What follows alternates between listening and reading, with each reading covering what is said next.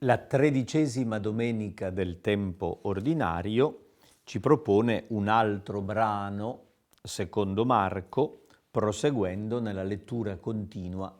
Siamo giunti al capitolo 5, viene omesso il racconto della liberazione dell'indemoniato di Gerasa e ci è proposto il lungo episodio della rianimazione della bambina dodicenne, figlia di un capo della sinagoga di nome Gairo, in mezzo al quale è inserito un altro racconto di miracolo.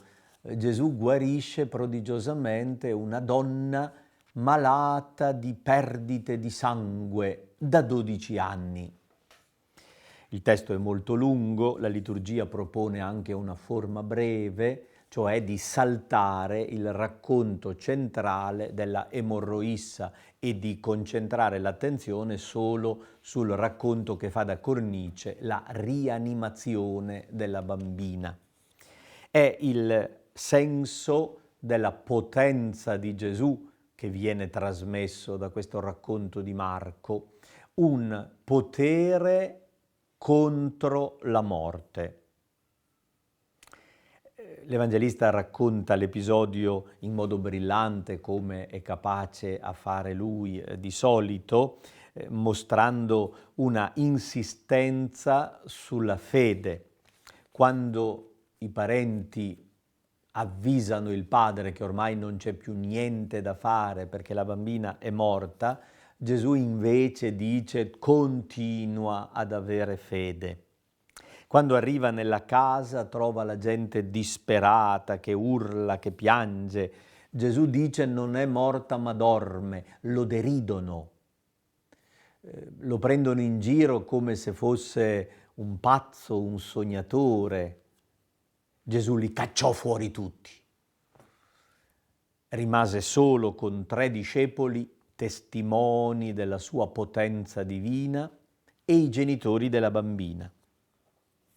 Entra nella cameretta e dice alla bambina con tono imperativo: Talità cum. Solo Marco riporta questa frase semitica, ipsissima verba Iesu, proprio le stesse parole di Gesù nella sua lingua, che poi traduce: fanciulla, io ti dico alzati. Io ti dico come inciso è in più, non c'è nella forma talità, che vuol dire bambina, cum, alzati. Marco ha voluto dare il tono con cui Gesù ha comandato con forza alla bambina. Non prega perché abbia la vita, non fa gesti rituali particolari. Proviamo a confrontare questo testo con racconti analoghi della vita di Eliseo e di Elia, 2 grandi profeti dell'Antico Testamento che avevano compiuto dei miracoli, ridando la vita a dei bambini morti. Ma Gesù si comporta in modo diverso, è un'autorità propria quella che gli fa dire: alzati. Alzati perché te lo dico io ho il potere di dire alzati. E la bambina si alza. E di fronte allo stupore imbambolato dei genitori, Gesù rompe la tensione dicendo: datele da mangiare, vedete che ha fame? Marco con abilità mescola sfumature pittoresche e ironiche con una comunicazione forte e teologica della potenza di Gesù contro la morte. Il tema è proprio questo, che viene messo in evidenza dalla prima lettura. Tratta dal libro della Sapienza, al primo capitolo. È un'opera tardiva, scritta nel I secolo a.C. in greco, da un anonimo sapiente giudaico che fa parlare l'antico saggio re Salomone e afferma: Dio non ha creato la morte, non gode per la rovina dei viventi. Il tono di queste parole è polemico nei confronti di quelli che danno a Dio la responsabilità del male, delle catastrofi, della morte. Dio non ha creato la morte, ha creato tutte le cose perché esistano. Non prova nessun godimento nella rovina. Dio vuole la vita.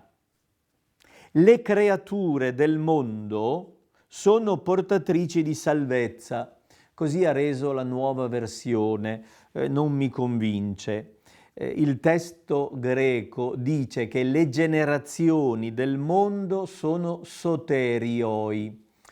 Non mi sembra che si possa tradurre portatrici di salvezza, ma salvabili, orientate alla salvezza. Le generazioni del mondo sono fatte in vista della salvezza. C'è una possibilità di salvezza, sono salvabili. In esse non c'è veleno di morte. Come dire, le creature non sono radicalmente corrotte, non è irrecuperabile il danno che c'è nel mondo. Non è vero che il regno dei morti, dell'Ade, degli inferi, sia sulla terra. La giustizia, cioè il progetto di Dio, è immortale. A questo punto il testo liturgico salta alla fine del capitolo 2 e ci propone altri versetti analoghi. Se Dio ha creato l'uomo per l'incorruttibilità e lo ha fatto a immagine della propria natura, da dove viene il male? Perché tutto è corrotto? Perché muoiono anche i bambini? Perché ci sono queste disgrazie? La risposta dell'antico sapiente è: per invidia del diavolo la morte è entrata nel mondo e ne fanno esperienza coloro che le appartengono. È il diavolo, identificato con l'antico serpente, che per invidia dell'uomo ha corrotto l'uomo. Lo ha invitato a ribellarsi a Dio, a disobbedire. E nella disobbedienza delle creature sta la rovina del mondo. La morte non viene da Dio, ma rientra nel suo progetto. Non è l'ultima parola. Dio può riscattare, le generazioni sono aperte alla salvezza. Cristo dimostra di essere il Dio che vuole la vita, che dà la vita propria perché l'umanità possa vivere. Ti esalterò, Signore, perché mi hai risollevato, diciamo al Salmo 29, un testo che presenta proprio la dinamica del Venerdì Santo e del mattino di Pasqua. Alla sera sopraggiunge il pianto, ma al mattino ecco la gioia. Hai mutato il mio lamento in danza. Ti rendo grazie, Signore. Facendo Eucaristia noi diciamo grazie al Signore perché ci ha dato la vita, perché ha dato la sua vita risollevando la nostra, perché ci ha fatto risalire dagli inferi, perché ci ha dato vita in modo che non scendessimo nella fossa. La seconda lettura è indipendente dalle altre, ancora tratta dalla seconda lettera ai Corinzi. Abbiamo letto nelle domeniche precedenti 2 brani del capitolo 5, oggi ci è proposto un pezzo del capitolo 8. È un biglietto a sé stante all'interno della seconda Corinzi, una cosiddetta lettera per le collette. Paolo stava organizzando una raccolta di soldi per aiutare la comunità cristiana di Gerusalemme che era in difficoltà. E per motivare questa raccolta economica presenta l'esempio di Gesù, la grazia del Signore nostro Gesù Cristo. La conoscete bene. Lui era ricco e si è fatto povero. Per voi, per farvi diventare ricchi per mezzo della sua povertà. Nel contesto delle altre letture possiamo riconoscere che Cristo ha dato la sua vita perché noi potessimo vivere. Ci salva dalla morte. Ci rende capaci di essere generosi, di dare la vita, sapendo che Lui è il Signore della vita.